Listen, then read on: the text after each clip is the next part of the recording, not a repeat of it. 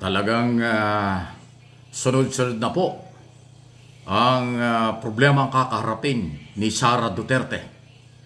Matapos po na magpakawala siya ng mga hindi katanggap-tanggap na mga banta laban kay Pangulong Marcos, kay First Lady at saka sa House Speaker Romualdez. Alam niyo kung bakit? Tatlo na pala itong nakapile before Supreme Court, Korte Suprema, para ho tanggalin ng lisensya or madisbar si Attorney Sara Duterte. Ang pinakahuli, eto, pakinggan nyo, si Attorney Gadon, nag-file ng kaso. Ayan o. Ayan o. Ayan o, nagpapile sa Supreme Court. Ayan o. Formal filing po yan. Formal na nagpapile. Ayan o.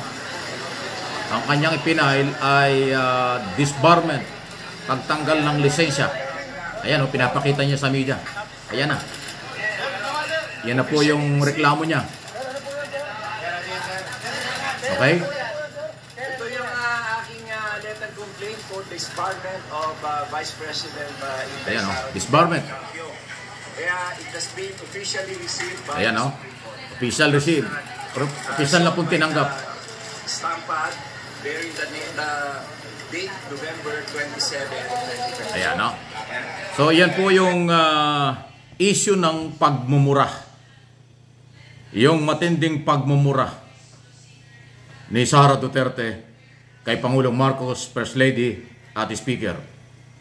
At yung sinabi niyang PI sa inyong lahat.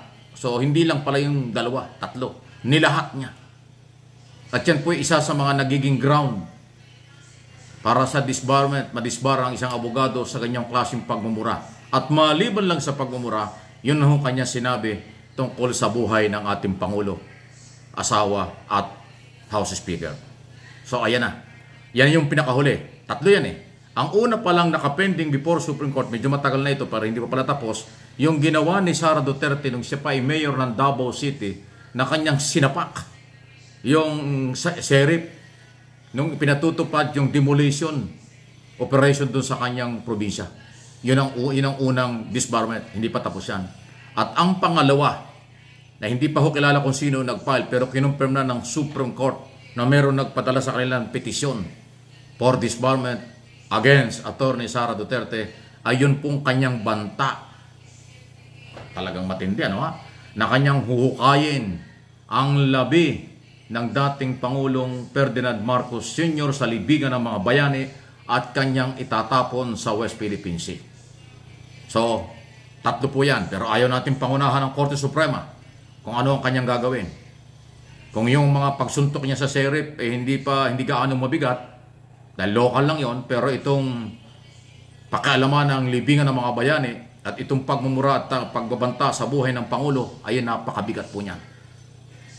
So, inuulit ko, yung pagmumura sa isang abogado, yung paghuhusga sa isang abogado, yan po'y ground for disbarment. Kung yung mga gagunita, si Secretary Larry Gadon, yan po'y dating abogado. Na-disbar yan dahil doon sa kanya rin pagmumura. Yun ho naging kaso. O tinanggap niya, na-disbar siya. Yun ang ground. Ay itong Sara Duterte, nagmura din. At yun din po ang magiging ground. Ay, naloko na. Matindi talaga. Sunod-sunod ang karapatan ng mga taong magsalita at magpahayag ng kanilang saloobin against Sara Duterte. Ito pa yung pangalawa. Pero bago yan, please like, share, and comment dito sa ating mga pinag-uusapan. Paki-like lang po ninyo itong ating video para makarating sa iba. At share na rin kung pwede. Eto na. Yung LGBT, yung pong samahan ng ating mga kababayan. Okay? Mga LGBT. Okay? Ay nagreklamo na rin. Ito yung right group, lehitimong samahan ng ating mga kababayan na gano'n ang kanilang kasarian. Hindi man ginusto nila yan o maaaring ginusto ng iba, pero yan po yung kanilang buhay ay nasaktan. Doon po sa sinabi ni Sara Duterte sa harap ng mga pulis, doon po sa may veterans nung ililipat, isasakay sa ambulansya si Attorney Laika Lopez nung isasara at lumapit yung mga pulis para i-transfer, ang dami niya sinabi. At sinabing, huwag kayong bakla. Yan po yung mali, napakalakas na tunog. Bakla kayo. Parang gano'n ang sabi niya doon sa mga pulis na naka-uniforme. So kawalan ng respeto doon sa uniforme ng pulis, kawalan ng respeto sa mga pulis, at ito ngayon ang nirereklamo ng mga LGBT. Bakit? Napakasama ng tingin, napakababaw ng tingin ni Sara Duterte dito sa grupo nila. Yan ang sinasabi. Ang sinasabi nila, pang-iinsulto ito sa kanilang kasarian. Pang-iinsulto ito sa kanilang pagkatao. Itong pagsasabi ni Sara Duterte sa mga pulis, bakla kayo. Bakla ba kayo? Ay, delikado yan. So mabuhay ang mga LGBT. Marami po sila. Ano man ang kanilang relihiyon, ano man ang kanilang mga trabaho at business, sila po ay ating kababayan Pilipino. Dapat nating irespeto, mahalin dahil sila ay Pilipino. Baka nga, at yan ang karamihang alam ko, baka sila pa nga yung merong paninindigan, may malasakit, may pagmamahal dito sa ating bayan. Maniwala kayo. Ganyan sila. May prinsipyo yung mga yan. May pinaglalaban at may karapatan sa lahat ng pagkakataon sa ilalim ng ating batas. Kung anong karapatan ng kababaihan, anong karapatan ng kalalakihan, anong karapatan ng government official at simpleng kawani o sibilyan, pare-parehas lang po tayo. Pare-parehas lang, kasama sila. Pero ang tingin nila ay nayurakan ang kanilang pagkatao, ininsulto sila.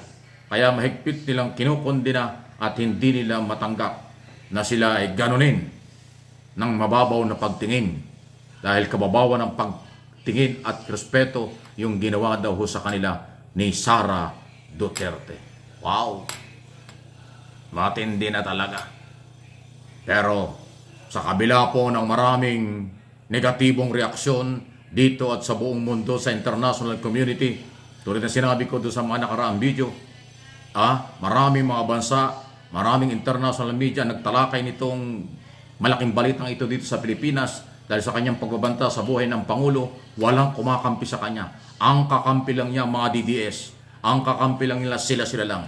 Majority ng mga Pilipino, matitinong mga Pilipino, professional na mga Pilipino, simpleng mamamayang Pilipino, hindi nila matanggap. Katunayan, nasyak sila, nagulat sila na nanggaling sa isang mataas, pangalawa sa pinakamataas na opisyal ng ating bansa, ang pagbabanta, hindi lang banta, iniuutos niya at meron na siyang inutusan para sa buhay ng Pangulo, pangalawang ng First Lady at ng House Speaker. Matindi. At yung mga pagmumurang malutong pa sa piatos.